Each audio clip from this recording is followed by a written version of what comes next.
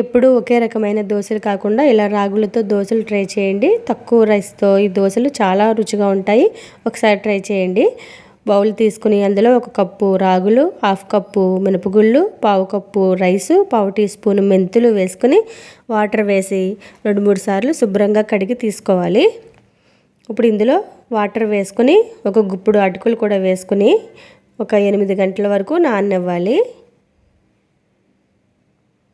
ఇలా నానిన తర్వాత ఒక మిక్సీ జార్ తీసుకుని అందులో ఈ పప్పుని వేసుకుని అవసరాన్ని బట్టి వాటర్ వేసుకుంటూ దోసపిండి బ్యాటర్ లాగా కలుపుకుని తీసుకోవాలి.